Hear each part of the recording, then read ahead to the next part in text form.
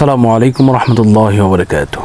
চোর ধরুন, চোরকে শায়েস্তা করুন। চুরির মাল ফেরত পেতে কী কী আমল করবেন আজকে সম্পূর্ণ কিছু আপনাদেরকে জানিয়ে দেওয়ার চেষ্টা করব ইনশাআল্লাহ। আল্লাহ পাক রব্বুল আলামিন কুরআনুল কারীমের মধ্যে 6666 খানা আয়াত নাজিল করে দিয়েছেন। এর মধ্যে একখানা আয়াত আছে যে আয়াতে কারিমা যদি কেউ 1,15,000 মতান্তরে 1,30,000 বার যদি কেউ পড়ে, তাহলে যে চোর মাল নিয়েছে, আপনার সম্পদ নিয়েছে, টাকা পয়সা, গয়না, স্বর্ণ, এই সমস্ত দামি দামি বস্তু সহ ছোটোখাটো বস্তু যদি হয়, যেটা আপনার খুবই প্রয়োজনীয় জিনিস, সেটা যদি কেউ নিয়ে থাকে, তাহলে এই খতমটা পড়ার মাধ্যমে ইনশাআল্লাহ আপনি আপনার মাল ফেরত পাবেন। চোর আপনার মাল ফেরত দিতে বাধ্য হবে ইনশাআল্লাহ। আমরা আসুন এই খতমের সাথে একটু পরিচয় হয়ে নেই। এটাকে অনেকেই বলেন জালালি খতম বা অনেকেই বলেন খতমে ইউনুস। এই খতমে ইউনুস যদি কেউ 1,30,000 বার যদি কেউ পড়ে, ইনশাআল্লাহ যাদের সময় আছে তারা, আমি নিয়মটা পড়ে বলে দেব, এই নিয়মে পড়ে নেবেন। আর যাদের সময় নাই, ইনশাআল্লাহ আমাদেরকে বললে ডেসক্রিপশনে নাম্বার দেওয়া আছে, ফোন করলে ইনশাআল্লাহ আমরাও আমাদের ছাত্রদের মাধ্যমে পড়িয়ে দেওয়ার চেষ্টা করবো ইনশাআল্লাহ। তো নিয়মটা একটু বলে দিচ্ছি।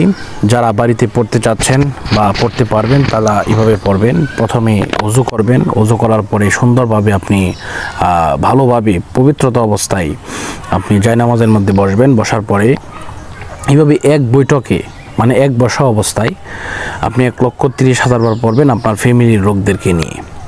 তো প্রথমে সূরা ফাতিহা একবার, এরপরে সূরা ইখলাস 3 বার, কয়েকবার দরুদ শরীফ পাঠ করার পরে এইভাবে পড়া শুরু করবেন, লা ইলাহা ইল্লা আনতা সুবহানাকা ইন্নী কুনতু মিনাজ জালিমিন।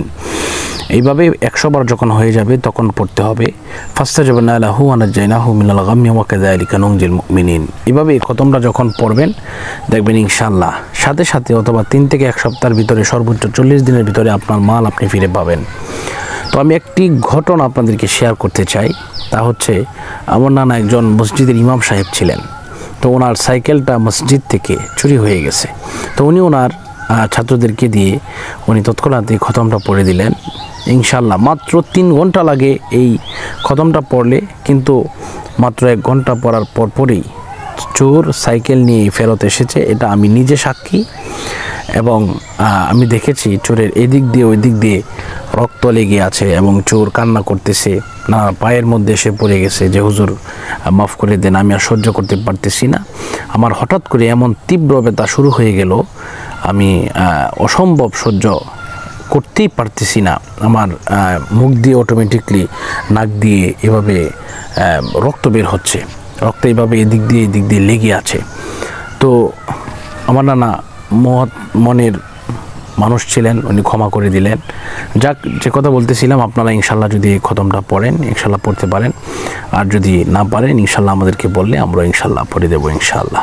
তো আল্লাহ পাক আমাদের সকলকে কবুল করুন, সকলের মনের আশা পূরণ করুন। এ পর্যন্তই বিদায় নিচ্ছি। আসসালামু আলাইকুম ওয়া রাহমাতুল্লাহি ওয়া বারাকাতুহু।